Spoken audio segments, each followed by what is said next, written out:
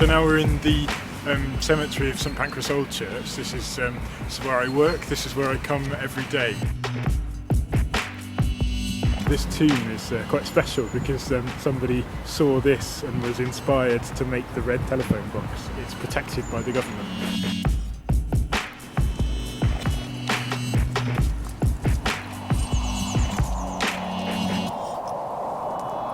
Thomas Hardy was an engineer and he was working on the railway. As you can see, the railway's all along here, and the railway chopped off quite a lot of the graveyard, so they had to kind of excavate all the bodies and rebury them, and he piled up all the gravestones around the tree. Here is the place where Mary Shelley met Pierce Bryce Shelley. They had their first kiss here. She came here to see the grave of her mother, Mary Wollstonecraft, and she met Shelley here. So this is where they got together. Very romantic place. This is a monument to a lot of French refugees who were buried in this graveyard. All sorts of people who weren't members of the Anglican Church got buried here. They collected lots of money to build this beautiful memorial to all the French Protestants who flew here after the persecution in France.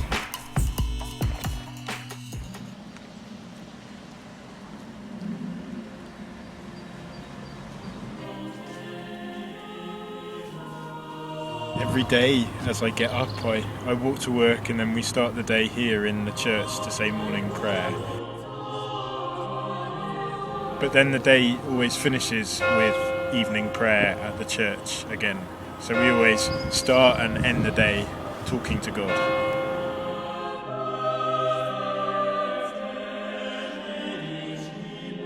This is the altar stone that's the oldest part of the church. It's from the 5th century, and it was uncovered when they were doing building repairs in the 19th century. It shows that this church is one of the oldest places of worship in Britain. It's supposed to have been founded in 314, so it's a very, very old church.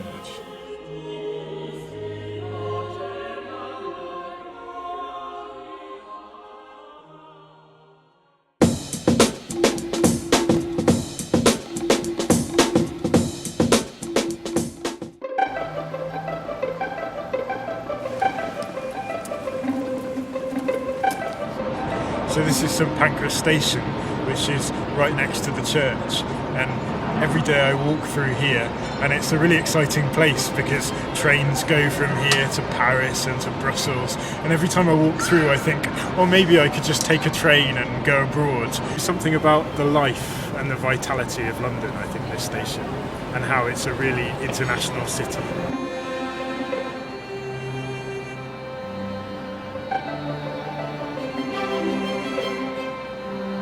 This is the statue of John Betjeman, who's a very famous English poet. There's a statue here because he fought to keep this beautiful station from being knocked down, and so he's very important for this area.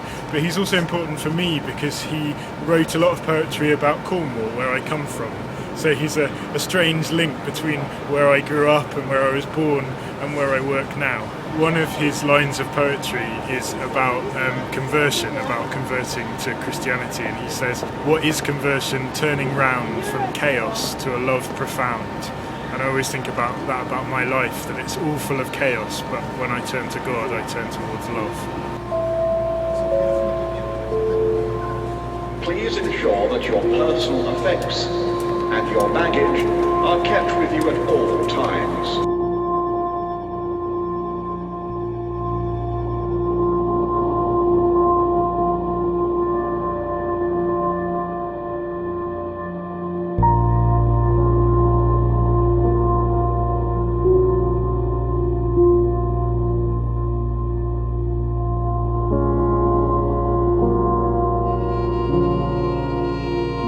I was was about to apply to be a teacher in Africa. I wanted to go to Africa and work with the poorest people.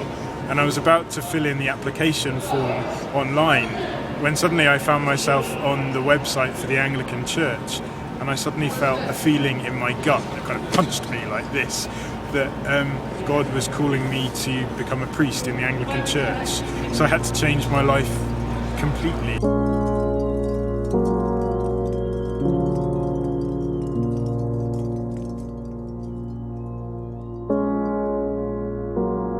I got this job before I go to theological college, I suppose, to learn what it is to be a priest and what it is to work in a parish with lots of different people and the aspect of community. And in a place like this where people are so transient, it's lovely to find a really solid community. It's funny because I come from the country, and sometimes it's very easy to feel spirituality in the country because it's so beautiful.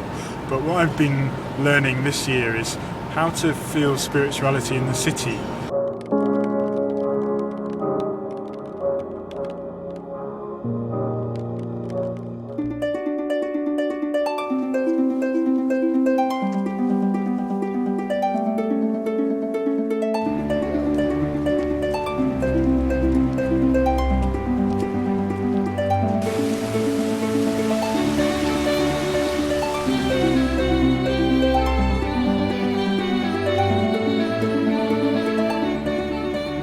Favourite peaceful places is the canal. It's a real place of peace and a place where I can just walk and pray, be by myself, which I love, in the middle of a busy town. I guess if I was king of London, I'd stagger the work times so not everybody was going to work and coming back from work at the same time, so that the city could be less stressful. I love the social aspects of London, and I love going out. I love going to restaurants and all the different kind of international food you can eat, and I love going to the pub, of course, and I love the vibrancy of London. It can be surprising to some people, I suppose, that I've chosen this kind of life, the life of trying to become a priest. Some people think that it's a way of getting away from the world, a way of kind of not interacting with the world, but actually for me it's a way of interacting with the world all the more, because I feel, especially here, that by working in the church, I'm confronted with so many different points of life that I'd never see otherwise. Everybody comes to church. You don't have a church for rich people and a church for poor people. It's everybody together. So I really feel like by taking this course of life, I'm seeing more of life, not less.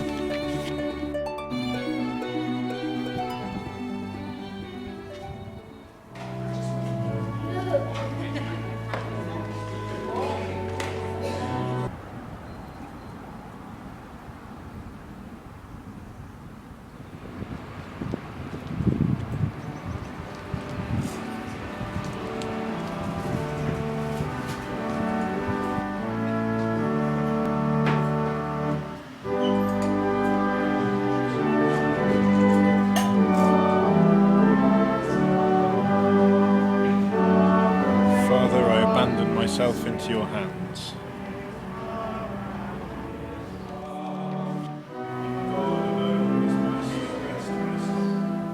God alone, be at rest, my soul. Do with me what you will, whatever happens. I love you.